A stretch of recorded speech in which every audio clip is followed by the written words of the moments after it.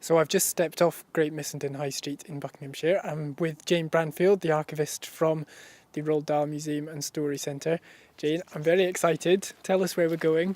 Well, we're going up the lane to Roald Dahl's house. He lived here with his family from the mid-1950s, but it was here where he actually wrote all his famous children's books, in the writing hut in the garden, which we'll see in a moment as well. So we're in the heart of Roald Dahl country. Yes, and he did love this countryside. He always said that he would much prefer and could only live happily in the countryside anyway. So Jane, we've come up the lane and we're standing outside Gypsy House. Yes, this is where it all happened. So if we just want to come through.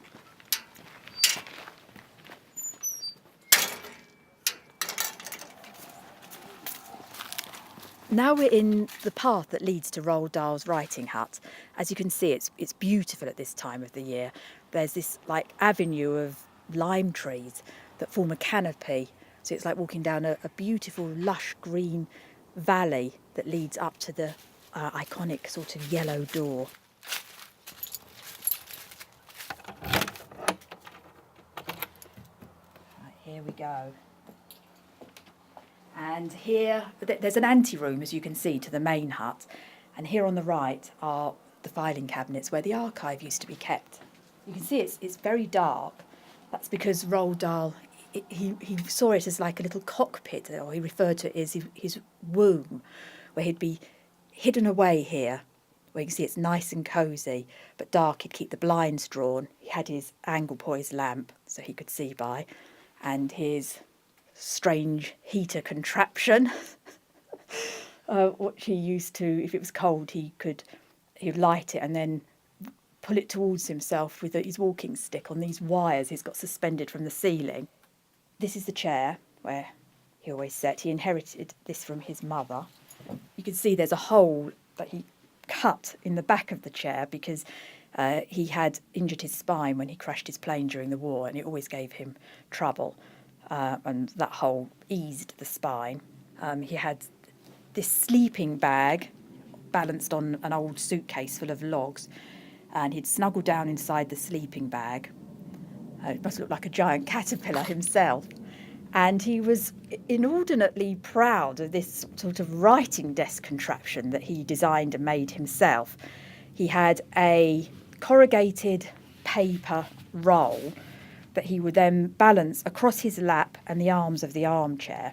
And then he's got this sort of horseshoe-shaped piece of hardboard covered in green baize from a snooker table that would then fit snugly on top of the cardboard roll and totally cover the front of the chair, with his legs would be underneath it. And the roll gave it the right angle for him to write on. And he would sit here, all cocooned away in this dark writing hut, nice and snug in his sleeping bag and with his dodgy heater, and he could let his imagination just completely take hold.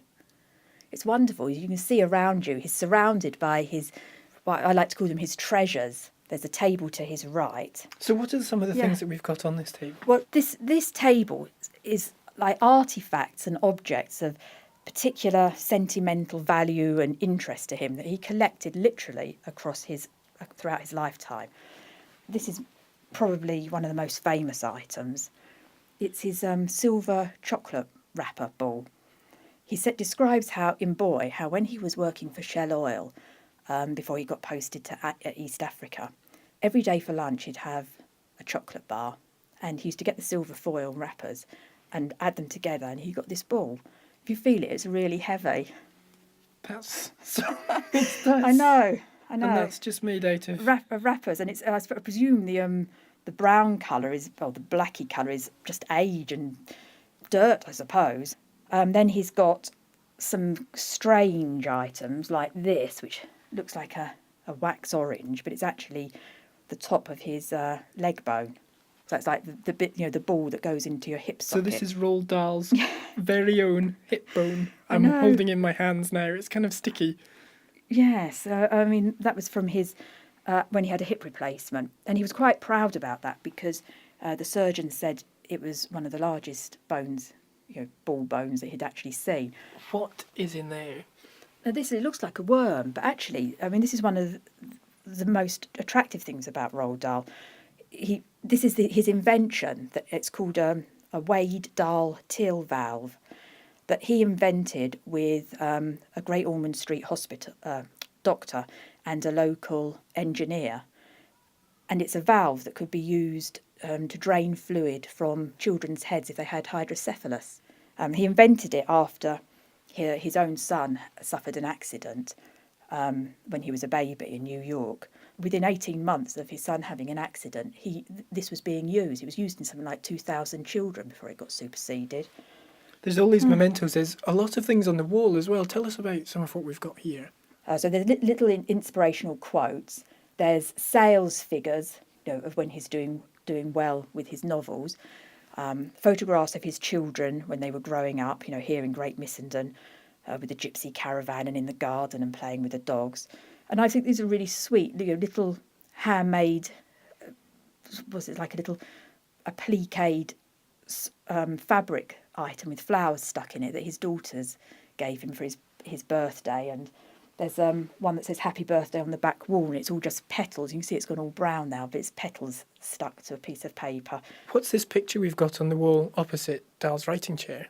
Well, that pastel drawing is of his daughter Olivia, who died only aged 7. You can imagine that was a terrible, terrible tragedy for Dahl and for the whole family. And it was particularly poignant because Roald's own sister, Astrid, she'd also died in 1920 when she was only 7 as well.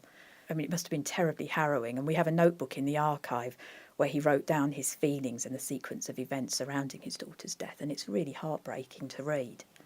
Well, I think we should leave Dahl's writing hut in peace now and step back out into the garden here at Gypsy House.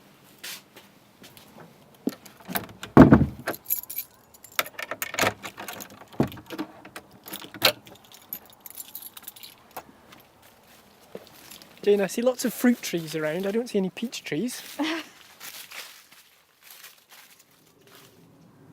So we've walked round the side of Gypsy House, we've left the writing hut behind us, and we've come round to this beautiful blue and pink caravan. Jane, what's this we've got in front of us? It's a traditional gypsy caravan, but it's not painted in traditional Romany colours. It's painted pink and blue in Norwegian fashion. Roald Dahl acquired this in the 1950s. It had been inhabited by a local man called Bert Edmonds, and then when Bert died, Roald acquired the caravan for his children to play in. It's really beautiful inside. Look, if you were a child, you'd completely love this, wouldn't you? It's all done out in the most lovely brown wood painted furniture with pretty floral fabric curtains at the windows, and it's got this lovely little, stable door to go into it. This, of course, is the caravan that Danny would have lived in with his father. In Danny the Champion of the World? Yes, Danny and the Champion of the World, but it's very small. I don't know how comfortable they'd have been there, but when you look in this caravan, you can really get a sense of the magic from Danny, which I think is one of his nicest books, because that relationship between the son and the father, it's so close and warm, and they clearly adored each other. And you wonder if Roald himself was denied that because his father died when he was 3 years old and his mother was the prime influence in his life. But the caravan's beautiful. I'd love to have this myself.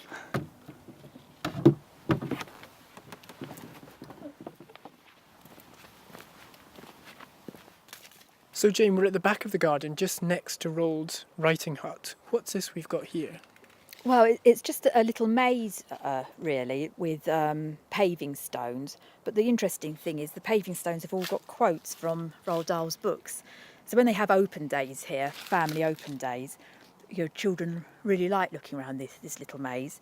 Like this one says, this is a quote from the BFG. "Giants is never dying," the BFG answered. "Sometimes and quite suddenly a giant is disappearing and nobody is ever knowing where he goes to." I mean, Roald Dahl himself is 6'6", so he was almost there. When you grow up and have children of your own, Please remember, what a child wants and deserves is a parent who is sparky.